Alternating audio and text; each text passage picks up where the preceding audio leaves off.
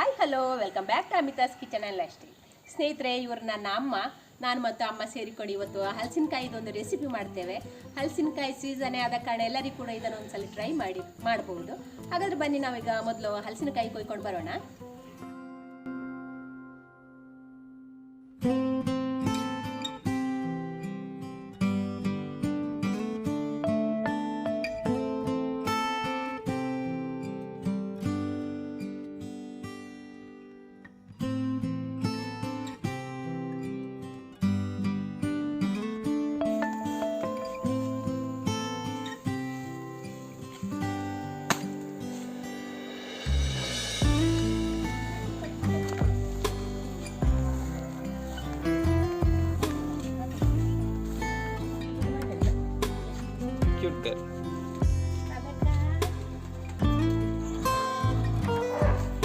ಇದು 4 ಮೊಟ್ಟೆ ಇಸುವ ಕೋಳಿ, ಅದು ಊರ ಕೋಳಿ.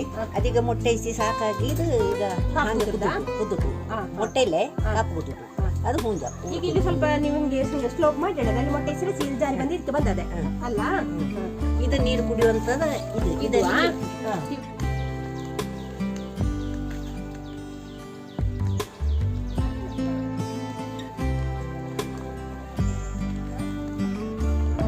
ಸ್ನೇಹಿತರೆ, ಕಾಣ್ತಾ ಉಂಟಲ್ವ, ಅದೇ ಹಲಸಿನಕಾಯಿ.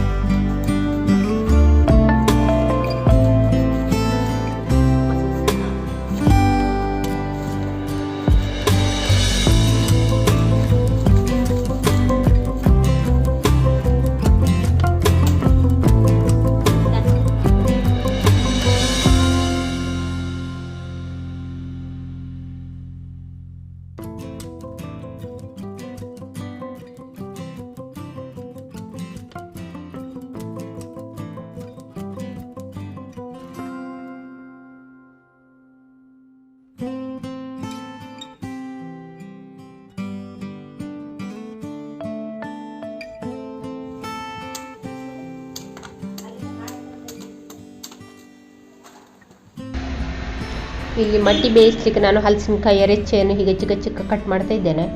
ಮಡ್ಡಿ ಅಂತ ಹೇಳಿದರೆ ಹಾಲು ಕರೆಯುವ ಹಸುಗಳಿಗೆಲ್ಲ ಈ ಹಿಂಡಿಯೊಟ್ಟಿಗೆ ಈ ಮಡ್ಡಿಯನ್ನು ಸೇರಿಸಿ ಕೊಡ್ತಾರೆ. ಅಂದರೆ ಹಲಸಿನಕಾಯಿ ರೆಚ್ಚೆ ಮತ್ತು ಕೆಲವೊಂದು ಸೊಪ್ಪುಗಳನ್ನೆಲ್ಲ ಸೇರಿಸಿ ಚಿಕ್ಕದಾಗಿ ಕಟ್ ಮಾಡಿ ಬೇಯಿಸಿ ಕೊಡ್ತಾರೆ. ಅಂದರೆ ಹಿಂಡಿಯೊಟ್ಟಿಗೆ ಇದನ್ನು ಕೂಡ ಸೇರಿಸಿ ಕೊಡ್ತಾರೆ.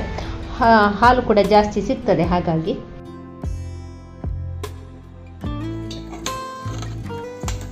ಮೂರೆಲ್ಲ ಬರಕತ್ತೆ.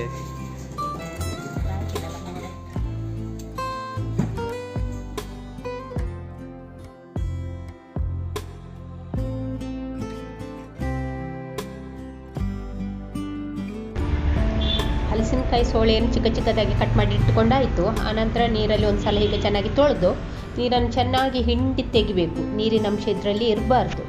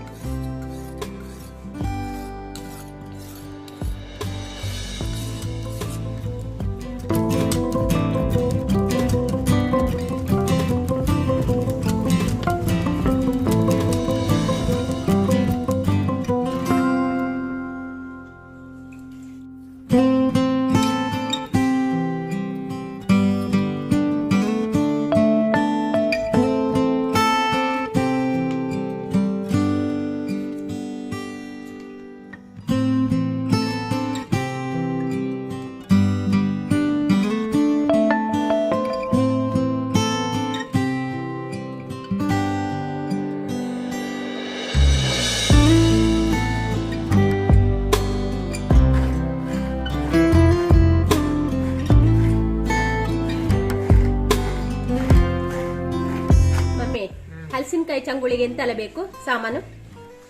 ಒಂದು ಅರ್ಧ ಗಡಿ ಕಾಯಿ, ತೆಂಗಿನಕಾಯಿ ತುರ್ಕೊಂಡೊಳೆ, ಮತ್ತೆ ಒಂದು 4 ಮೆಣಸು, ಕುಮಟೆ ಮೆಣಸು, 4 ಬ್ಯಾಡಗಿ ಮೆಣಸಲ್ಲ, ಮತ್ತೆ ಊರ ಮೆಣಸು ಒಂದು 4, 5, 6. 4 ಕುಮಟ, 6 ಊರ ಮೆಣಸು. ಅದು ಖಾರ ಇದ್ದರೆ ಮೆಣಸೆಲ್ಲ ಖಾರದ್ದು ಗೊತ್ತದಲ್ಲ, ಹಾಗದು ಕಡಿಮೆ ಮಾಡಿಕೊಂಡು ಖಾರ ಇದ್ದರೆ.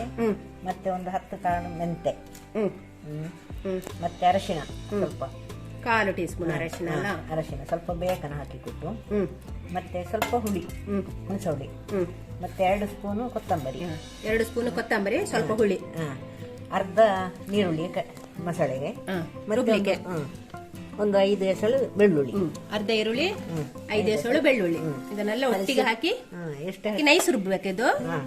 ಸ್ವಲ್ಪ ನೈಸ್ ಸ್ವಲ್ಪ ಅದು ಗಸಿ ಮಾಡುತ್ತೆ, ಸ್ವಲ್ಪ ಗಸಿ ಮಾಡ್ಲಿಕ್ಕೆ, ತುಂಬಾ ನಯ ಬೇಡ, ಒಂದ್ ಸ್ವಲ್ಪ ಕರಿ ಸಹ ಬೇಡ ಅಲ್ಲ, ಮೀಡಿಯಂ. ಸರಿ, ಇದನ್ನಿನ್ನು ಸ್ವಲ್ಪ ರುಬ್ಬಿಕೊಂಡು ಬರುವಲ್ಲ. ಒಂದು ನೀರುಳ್ಳಿ ಒಗ್ಗರಣೆಗೆ, ಮತ್ತೆ 2 ಕರಿಬೇವು, ಒಂದು ಒಣಮೆಣಸು, ಮತ್ತೆ 4 ಬೆಳ್ಳುಳ್ಳಿ, ಸ್ವಲ್ಪ ಸಾಸಿವೆ, ಸ್ವಲ್ಪ ಉದ್ದಿನಬೇಳೆ, ಇಷ್ಟು ಹಸಿನಕಾಯಿ ತೊಳೆ ತಗೊಂಡಳೆ.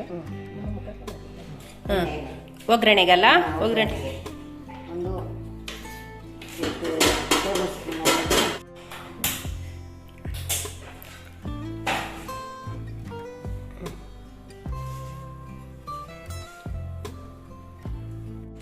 ಎಣ್ಣೆ ಕಾದ ನಂತರ ಸಾಸಿವೆ ಹಾಕಿದ್ದಾರೆ. ಸಾಸಿವೆ ಹಾಕಿದ್ದಾರೆ, ಹುಡಿಯೋದು ಒಣಮೆಣಸು, ಒಣಮೆಣಸು ಚೆನ್ನಾಗಿ ಹುರ್ಕೊಳ್ಳಲ್ಲ.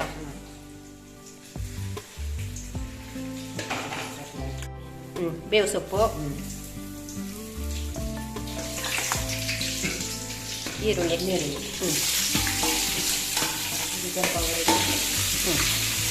ಈರುಳ್ಳಿ ಸ್ವಲ್ಪ ಕೆಂಪಗಾಗುವವರೆಗೆ ಹುರ್ಕೊಳ್ಬೇಕು.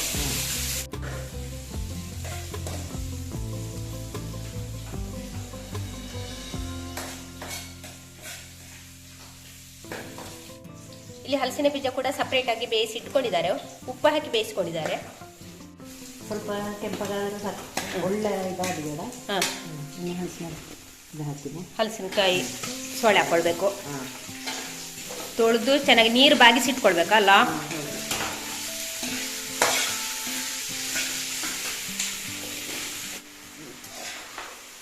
ಚೆನ್ನಾಗಿ ಮಿಕ್ಸ್ ಮಾಡಿಕೊಳ್ಬೇಕು. ಅರಿಶಿನ ಕಡಿಯುವಾಗ ಕೂಡ ಹಾಕಿದ್ದಾರೆ, ಮತ್ತೆ ಇಲ್ಲಿ ಒಂದು ಸ್ವಲ್ಪ ಒಗ್ಗರಣೆ ಕೂಡ ಹಾಕೊಳ್ತಿದ್ದಾರೆ. ಹಾಗೆ ರುಚಿಗೆ ಉಪ್ಪು,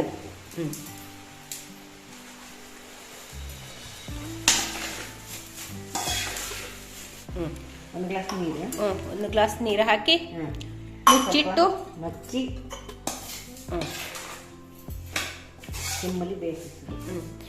ಒಂದು ಗ್ಲಾಸ್ ನೀರು ಹಾಕೊಂಡಿದ್ದಾರೆ. ಮತ್ತೆ ಮುಚ್ಚಿಟ್ಟು ಒಂದು ಸ್ವಲ್ಪ ಹೊತ್ತು ಮೀಡಿಯಂ ಫ್ಲೇಮಲ್ಲಿ ಬೇಯಿಸ್ಕೊಂಡ್ರೆ ಆಯ್ತು. ಅಜ್ಜಿ ಬಿಳ್ಳಿಗೆ ಒಳ್ಳೇದಾಗ್ತದೆ ಇಲ್ಲಿ ಬೇಯಿಸ್ಕೊಂಡು ತಿನ್ಲಿಕ್ಕೆ. ಬೆಳ್ತರಿ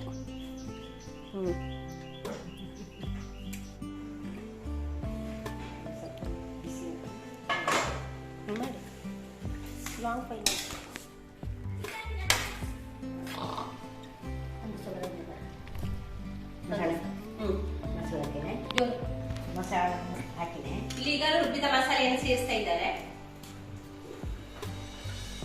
ಮಿಕ್ಸ್ ಮಾಡ್ಬೇಕಾ? ನಾವು ಬರಬರಾಗಿ ಮಾಡೋಣ. ಮುಖ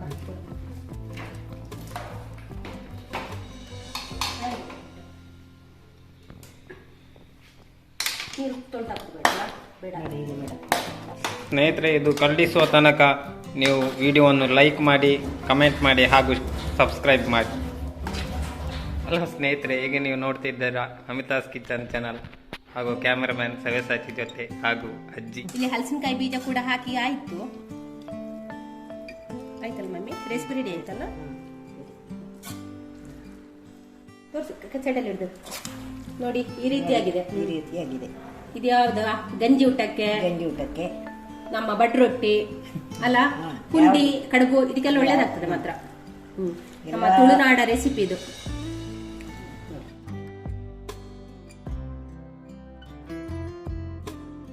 ನೋಡಿ ಸ್ನೇಹಿತರೆ, ಇದೇ ಮೀನಿದ್ದು ಟೆಂಟ್. ಅವತ್ತೊಮ್ಮೆ ಅಮ್ಮ ವಿಡಿಯೋ ಹಾಕಿದ್ರಲ್ಲ, ಅದೇ ಇದು ಮೀನಿನ ಸ್ವಿಮ್ಮಿಂಗ್ ಪೂಲ್.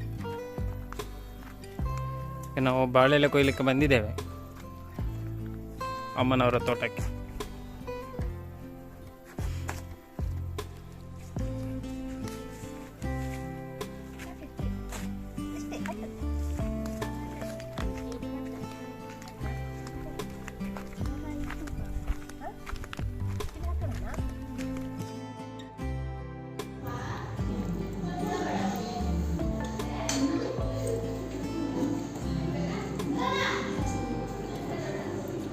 ಮುಖ ಹೆಂಗೆ ಉಂಟು?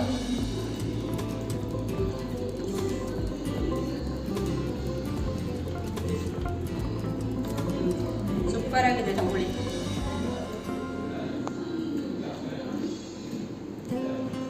ತುಳುನಾಡ ರೆಸಿಪಿ. ಹಾಗೆ ಒಣಗಿಲ ಮೀನು, ಅದ್ರ ಜೊತೆ ಮೆಣಸೆಲ್ಲ ಹಾಕಿ ಉಂಟಲ್ಲ, ವಾವ್ ಹಾವಲ್ಲ ವಾವ್. ವಾವ್.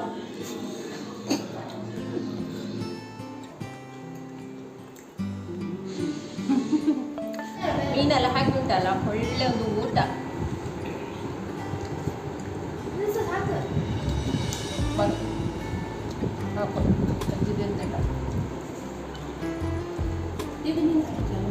ಬೇಡ ನಿಮಗೆ ಮೀನು.